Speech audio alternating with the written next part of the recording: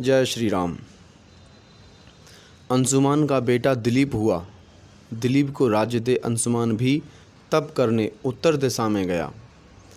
वहाँ राजा अंशुमान ने बड़ा तप किया और कुछ समय बीते शरीर त्याग दिया। राजा दिलीप की क्या प्रभुता वर्णन करूं, जिसे सब राजा आकर सेवते हैं। जिस राजा को इंद्र सदा देखता रहता है, उस राजा की महिमा कोई कवि कैसे कह सके। जिसके भगीरथ पुत्र हुआ, उसके मन में पिता के समान अत्यंत प्रीति थी। उसको बुलाकर राजा ने राज्य दिया और आप तप करने चले।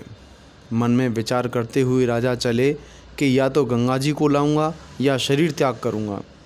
जैसे पिताजी ने अपना मन और तन सब इसी को अर्पण किया, तैसे ही मैं भी करूंगा। और जो गंगा जी नहीं लाऊं तो फिर नगर का नाम ही नहीं लूँगा। इस प्रकार से विचार कर राजा तप करने चले गए और बहुत समय उग्र तप करते बीत गया।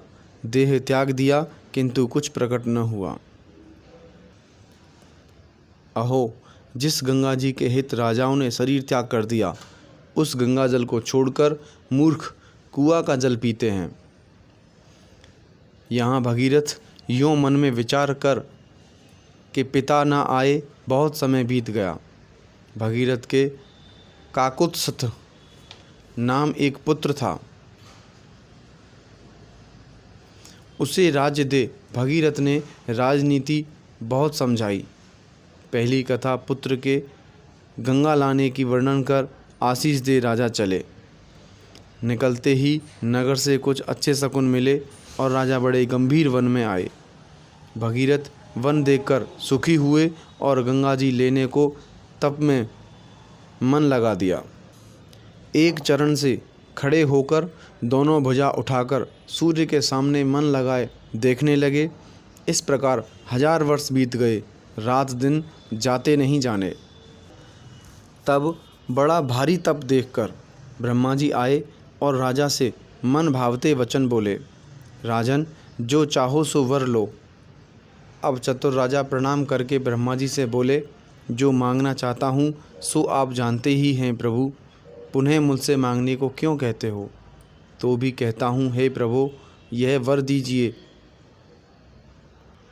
सब संतों की वृद्धि हो। और दूसरा यह वर दीजिए, हाथ जोड़ मांगता हूँ कि गंगा जी सिद्धि की दाता भूतल में आवें। ब्रह्मा जी बोले, ऐसा ही होगा। गंगा जी तो दूंगा, पर इन्हें धारण कौन करेगा। राजन, छूटते ही पाताल में चली जाएंगी, फिर पृथ्वी में नहीं आवेंगी। हे राजन, इस कारण एक बात तुमसे कहता हूँ, शिवजी महाराज बड़े दयालु हैं। वही शिवजी गंगा धारण कर सकते हैं। उनको ही जपने से तुम्हारा काम हो जाएगा। ऐसा कहकर ब्रह्मा जी अंतर्धान हुए। फिर भगीरथ शिवजी के पास गए। देवताओं के वर्ष तक अंगूठे के आधार पर खड़े रहे और बारंबार शिवजी का नाम उच्चारण किया। तब दयासागर शिवजी महाराज ने प्रकट हो दर्शन दिया और राजा ने हाथ जोड़ विनती करी, मैं गंगा जी धारण करूँगा। यह शिवजी बोले और फिर भगवान का ध्यान करने लगे। वहाँ ब्रह्मलोक में गंगा जी ने शिवजी के वचन सुनकर यह विचारा कि शिवजी सहित पाताल को चली जाऊंगी, जाते देर नहीं लाऊंगी। अंतर्यामी शिवजी ने यह उपाय किया कि अपने सिर पर अगम जटा बनाई। वहाँ भगीरथ ने स्तुति की। कोमल वाणी सुनकर ब्रह्मा जी ने गंगा जी छोड़ दी। गंगा जी के छोड़ने से जगत में बड़ा शोर हुआ। शेष जी, देवता और चारों दिग्गज चकित हो गए। गंगा जी फिर शिवजी की जटा में समाईं और 1 वर्ष तक जटा में ही रहीं। कैसे गंगा जी हैं, भवानी अर्थात श्रेष्ठ शिव पत्नी हैं। यह कौतुक देखकर सब देवता प्रसन्न हुए और जय जयकार कर आकाश से बहुत फूल बरसाए। फिर भगीरथ ने शिवजी को स्मरण किया। तब शिवजी ने जटाओं से गंगा जी की एक बूंद छोड़ दी। उसके 3 धारा प्रकट हुईं, एक आकाश को, एक पाताल को चली गई। पाप को नाश करने वाली एक धारा जो आकाश को गई, देवताओं ने उसका नाम मंदाकिनी रखा। दूसरी दुख हरने वाली पाताल को गई, जिसका नाम प्रभावती हुआ। और तीसरी जो पृथ्वी पर रह गई, उसका नाम गंगा हुआ। यह सब संतन की सुख देने वाली हुई। जल का प्रवाह देखकर राजा के मन में बड़ा आनंद हुआ, जैसे पूर्ण चंद्रमा को देखकर समुद्र उमड़ता है। भगीरथ ने आकर फिर सिर नवाया। तब गंगा जी राजा से सुंदर वचन बोली, हे राजन, वेगवंत रथ ले आओ, जो सुंदर घोड़े युक्त सूर्य के समान हो और जिसकी गति श्रेष्ठ हो। उस रथ में चढ़कर हे राजन, तू मेरे आगे चल और मैं तेरे पीछे चलूँगी।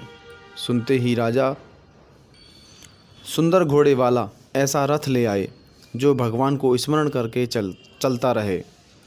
राजा को आगे कर गंगा जी चलीं और देवताओं ने सब प्रसन्न हो फूल बरसाए। चलते में तेज कुछ वर्णन नहीं होता। पर्वत, वृक्ष, छोटी शिला टूटती हैं। अनेक प्रकार के कछुए, मगर, मछली, सर्प मत वाले हो कोलाहल करने लगे। वहाँ देवता आकर मज्जन करते हैं। यह गंगा जी की महिमा है, जिनकी महिमा सुनकर सिद्धों ने तट पर आश्रम बनाए। जो मन लगाए तर्पण करे, उसके मन में बड़े आनंद की प्राप्ति होती है और पाप तो दर्शन मात्र से छूट जाता है और तुरंत तर जाता है, ऐसा मुनिजन कहते हैं। प्रसन्न होकर देवता, ब्रह्मा, सनकादिक ऋषि स्नान करते हैं और जल भी पीते हैं। पाप दूर होते हैं, यह बहुतों का मत है। जो मन लगाकर स्नान तथा जप करते हैं, उनकी महिमा कही नहीं जाती। रथ पर जाते हुए राजा कैसे शोभायमान होते हैं, जैसे तेजवंत सूर्य। पहाड़ और सुंदर देश लांघते हुए आगे राजा और पीछे गंगा जी चली जाती हैं। जब हरिद्वार के निकट आए, तब तीर्थ भूमि देखकर गंगा जी के मन भाए हो गए। तीर्थ को देख मन में बड़ी प्रसन्नता हुई और फिर यह पाप हरने वाली प्रयाग में पहुंची। वहाँ स्नान करने से दुख छूट जाते हैं। फिर गंगा जी काशी में आईं। सो काशी समान शिवजी की शोभायमान सुखदायी पुरी है, जिसकी मनोहरता वर्णी नहीं जाती। और भी अनेक प्रकार के तीर्थ जानकर गंगा जी यहाँ वहाँ गईं, जिनका वर्णन नहीं हो सकता। हे रघुनाथ श्री रामचंद्र जी, मार्ग के लोगों को सनाथ करती हुई गंगा जी इस प्रकार चली जाती हैं। फिर समुद्र में जाकर मिलीं। तब समुद्र मन में प्रसन्न हो भगीरथी की बड़ाई करने लगा, तुम्हारे समान और कोई धन्य नहीं है। तुमने ऐसा किया कि जैसा कोई नहीं करेगा। तब की महिमा का बल ऐसा क्यों न हो। सगर के पुत्र तो उसी समय तर गए। तब राजा बहुत प्रसन्न हुए और जो अब कोई कुल में तरने से शेष रहे, उनके संग में अब वे भी सब तर गए। तुम्हारे समान और राजा नहीं हुआ। तुमने जगत में विख्यात अचल यश प्राप्त किया है। वहाँ सब देवताओं को संग ले ब्रह्मा जी आए और राजा से यह बात कही, धन्य हो भगीरथ, जगत में बड़ा यश पाया। तुम्हारे समान कोई और राजा नहीं हुआ। अपनी प्रतिज्ञा सत्य की और वेद मानने वाले जनों को सुख दिया। इसे सब कोई गंगा सागर कहेंगे और सागर रूपी उलूक इस सूर्य समान गंगा सागर को देख डरेंगे। और गंगा जी का भगीरथी नाम भी कहेंगे, जिसे सुनकर देवता, सिद्ध, नाग यश प्राप्त करेंगे। इस प्रकार से कहे ब्रह्मा जी अपने लोक को गए। भगीरथ ने वहाँ बड़ा सुख पाया।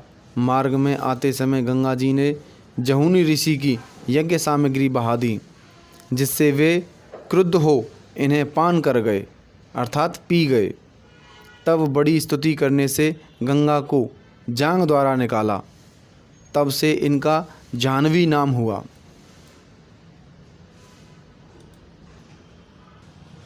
तब भगीरथ ने बहुत सुख पाया और मन लगाकर फिर गंगा जी को पूजा। तब गंगा जी ने प्रसन्न हो आशीर्वाद दिया। राजा आशीर्वाद पाए घर को गए।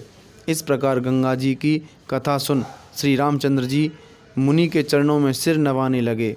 लक्ष्मण ने दंडवत करी, तब विश्वामित्र जी ने आशीर्वाद दिया।